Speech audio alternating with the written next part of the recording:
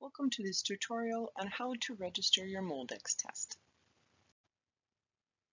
The information given in this training is correct as of the date of publication. The most current information contained in this presentation can be found on the Noridian Medicare website and the CMS website at the links listed on this slide. Molecular diagnostic testing, according to the National Cancer Institute, analyzes DNA or RNA, or the molecules they express, to identify diseases or assess risk. These tests can detect genetic mutations, specific pathogens, or other molecular markers associated with illness, helping to diagnose diseases like cancer, predict risk, and guide treatment. Tests included in a MolDX policy or molecular diagnostics policy are molecular syndromic panels that detect infectious disease. A syndromic panel is one that simultaneously detects multiple different pathogens that are associated with similar and overlapping clinical symptomatology. The MolDX program was developed in 2011 to identify and establish coverage and reimbursement for molecular diagnostic tests. There are three components to getting a MolDX test covered. Those three components are registration, the technical assessment, and determining coverage and reimbursement. The first link we provided on this slide goes to Palmetto GBA's MolDX landing page, and the second link takes you to the MolDX manual. Molecular diagnostic testing has expanded rapidly in the last decade or two. The reason for completing MolDX tests is to determine whether a patient has a gene mutation associated with a specific disease. An example we can talk about to better understand this is cystic fibrosis. This is an inherited disorder, so it can be tested at the prenatal, newborn, or adult stages of life. If the individual is found to have two mutations in the gene associated with cystic fibrosis, that person is most likely to have that condition. When known at early ages, these tests can determine a more accurate direction of care and enhance that person's life and quality of life. Now let's break it down into terms of what MolDX really means. First, let's talk a little bit about what the MolDX program does. The first thing is to identify, assess, and establish coverage and reimbursement for MolDX tests. If you think about it in terms of the Medicare physician fee schedule, we can get a better understanding of the program. CMS and Congress identifies, assesses, and establishes coverage and reimbursement for all covered procedures and services under the Medicare program. For the MolDX program, Palmetto identifies, assesses, and establishes coverage and reimbursement for molecular diagnostic tests. They ensure that the tests are used appropriately and reimbursement is consistent and accurate for all tests. Because of the unique identification of each test, the registration part assigns a CPT code to each test. They establish the clinical utility for each test, establish reimbursement, and completes the technical assessment necessary to register a test in the MolDX system. Clinical utility describes the impact of a test towards improved health outcomes, helping stakeholders with the decision on test implementation. For a service to be considered a Medicare benefit category, it must be within a statutory benefit category.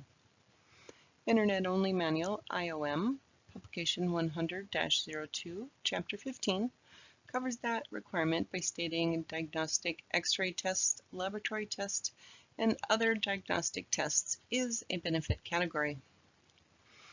Section 1862 of the Social Security Act additionally requires that to be considered a benefit category, it is required that the item or service be reasonable and necessary for the diagnosis or treatment of illness or injury or to improve the functioning of a malformed body member. To be a payable Medicare service, the test must pass both of these requirements.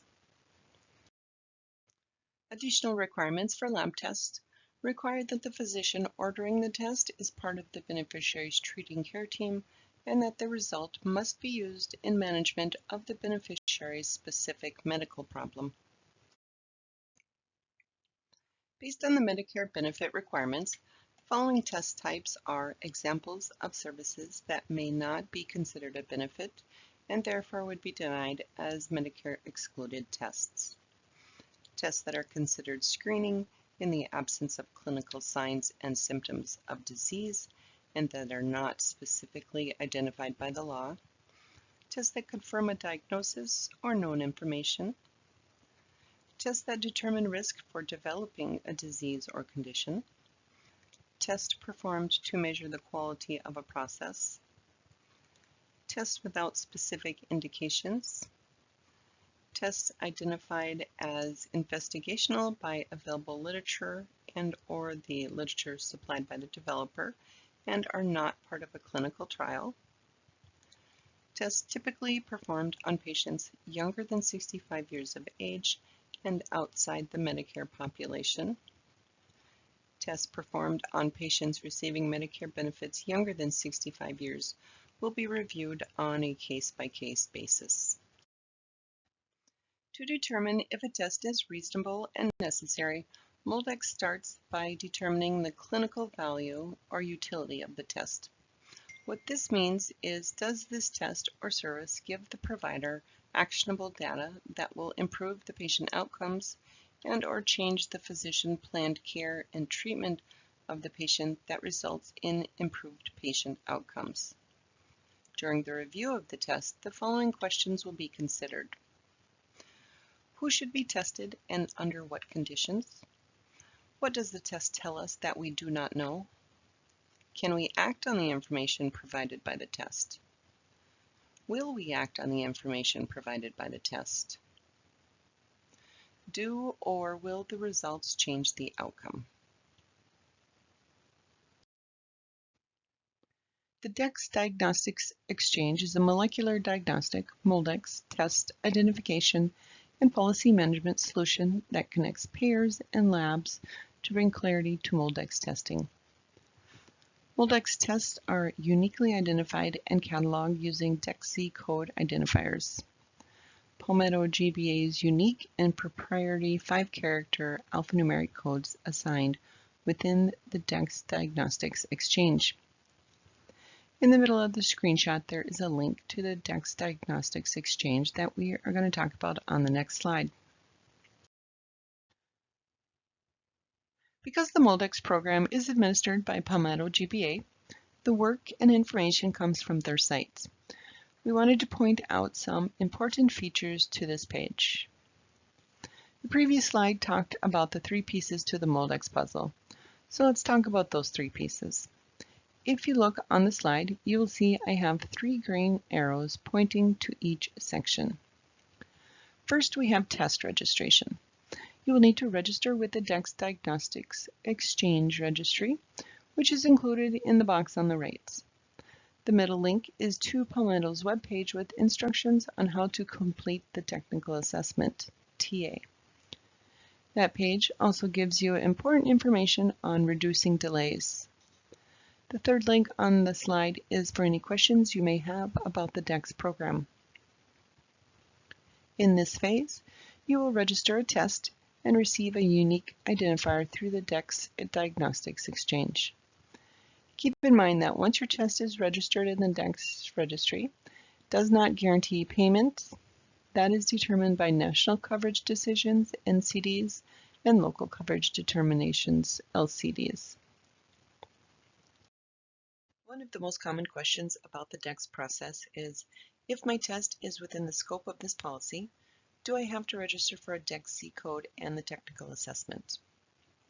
Yes, the policy says services that do not have Food and Drug Administration cleared or approved codes, as well as FDA approved tests performed in ways not consistent with their intended directions, will require registration with Molecular Diagnostics Service Program. Our next question is, how do I bill if no specific CPT or PLA code exists for my test? If no specific CPT or PLA code exists for your test, bill with CPT code 87999. Tests using CPT codes 87999 will require a Z code and technical assessment. This is an image of the Palmetto GBA page showing the technical assessment forms. To receive favorable review results, the assay must demonstrate clinical utility, fulfill the CMS reasonable and necessary criteria, and meet analytical and clinical validity standards. In addition to these categories of evidence, CMS has directed Palmetto GBA to follow the ACCE criteria, developed by the Centers for Disease Control and Prevention. For more information on the ACCE model, view cdc.gov/ACCE. For questions on your technical assessments, send them to moldx@palmettogba.com. So the question becomes, how can you determine what is considered medically necessary? Based on the Medicare benefit requirements, the following test types are examples of services that may not be considered a benefit, statutorily excluded, and therefore would be denied as Medicare excluded tests. Tests considered screening in the absence of clinical signs and symptoms of disease that are specifically identified by the law. Tests that confirm a diagnosis or known information. Tests that determine risk for developing disease. Tests performed to measure the quality of a process. Tests without specific indications. Tests identified as investigation by available literature and/or the literature supplied by the developer and are not part of a clinical trial. Tests typically performed on patients younger than 65 years of age and outside the Medicare population. Tests performed on beneficiaries younger than 65 years will be reviewed on a case-by-case basis. For a technical assessment, you will need to register for a DEX-C code. Make sure you are using the most current version of all of the required forms. To complete the TA checklist, Form Gen-CQ-003, confirm that your executive summary includes the test's intended use, analytical validity and clinical validity summary worksheet, syndromic infectious disease panels, Form MOD-PF-019, and lastly, remember to complete all tabs in their entirety for each form. We have two last pieces to complete your TA. The laboratory validation report is your document that describes how the test was validated in the lab. Indicate what samples were used, how validation was performed, and that the form was signed off and attested to by the medical director. The last item is a PDF copy of peer-reviewed publications that demonstrate clinical validity and clinical utility. On our last slide, we have provided two more important Palmetto GBA resources for your technical assessments. Thank you for taking the time to listen to our tutorial. Continue your learning experience by referring to additional recordings available on the Noridian website or YouTube channel.